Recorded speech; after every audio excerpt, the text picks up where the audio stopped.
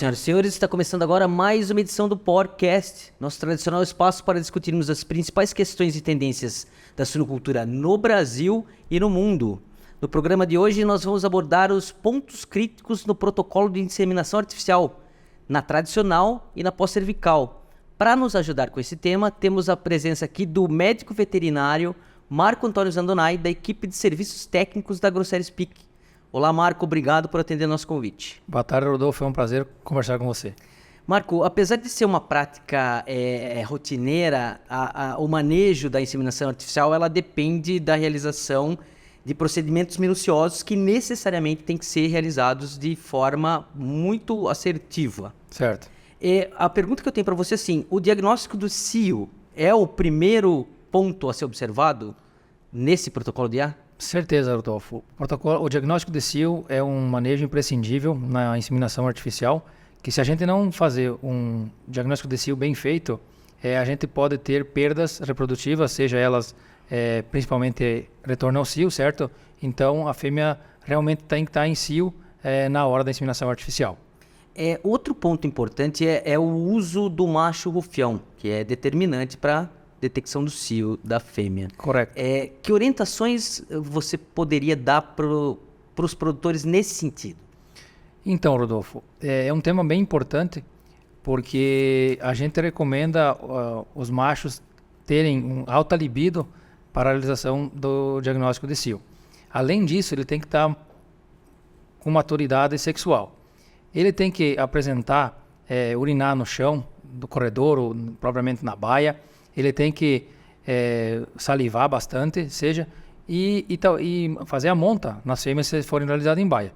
Então, o macho ele tem um fator fundamental no diagnóstico de cio. Esse macho pode ser usado todo dia, por exemplo? Não, esse é um ponto extremamente importante também. Então, a nossa recomendação é a relação de macho-fêmea é 1 para 100 leitoas e 1 para 200 porcas.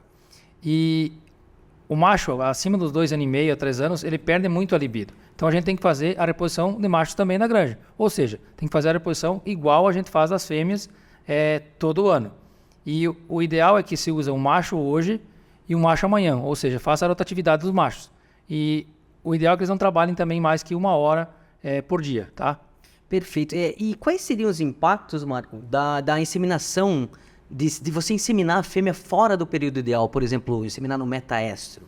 Quando a fêmea não está mais em cio, Rodolfo, a gente pode ter várias questões, certo? Pode ter infecção urinária na fêmea, pode ter baixos nascidos nos partos subsequentes, ou pode ocasionar também o retorno ao cio desse animal. Pensando em otimizar o uso das doses, qual seria o intervalo ideal para a realização da IA? Seria o protocolo 12-24-24? Hoje é o protocolo que mais é utilizado, certo? Geralmente as granjas fazem diagnóstico de cio pela manhã, inseminam à tarde e fazem ou tarde, ou tarde, manhã, que seria 12-12-24 ou 12-24-24, certo? A adoção da IAPC, ela não interfere no protocolo utilizado pela granja e também não tem resultados muito diferentes da IA tradicional. O que eu queria saber é quais critérios o produtor deve levar em consideração para adotar uma técnica ou outra.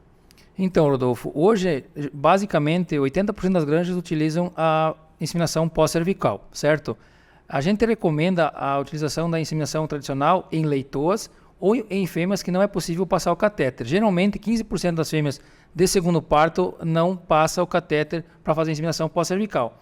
E uma vantagem que tem na inseminação pós-cervical é o tempo para a realização da inseminação artificial, que hoje a inseminação tradicional geralmente em média é 5 minutos e a inseminação pós-cervical demora em torno de 1 minuto e meio. Para fechar, Marco, quais são os pontos inegociáveis para um bom protocolo de IA? O principal ponto é o diagnóstico de cio, certo? Fazer da maneira adequada. A questão do macho rufião, ele tem que estar com boa libido e sexualmente maduro para realizar o diagnóstico de cio. E um ponto bem importante também é que a fêmea tem que estar realmente em cio para a realização da inseminação artificial. Marco, eu gostaria de agradecer muito a sua presença, foi muito bom conversar com você. Obrigado pelo convite. Essa edição do podcast termina aqui. Um abraço a todos vocês e até o próximo programa.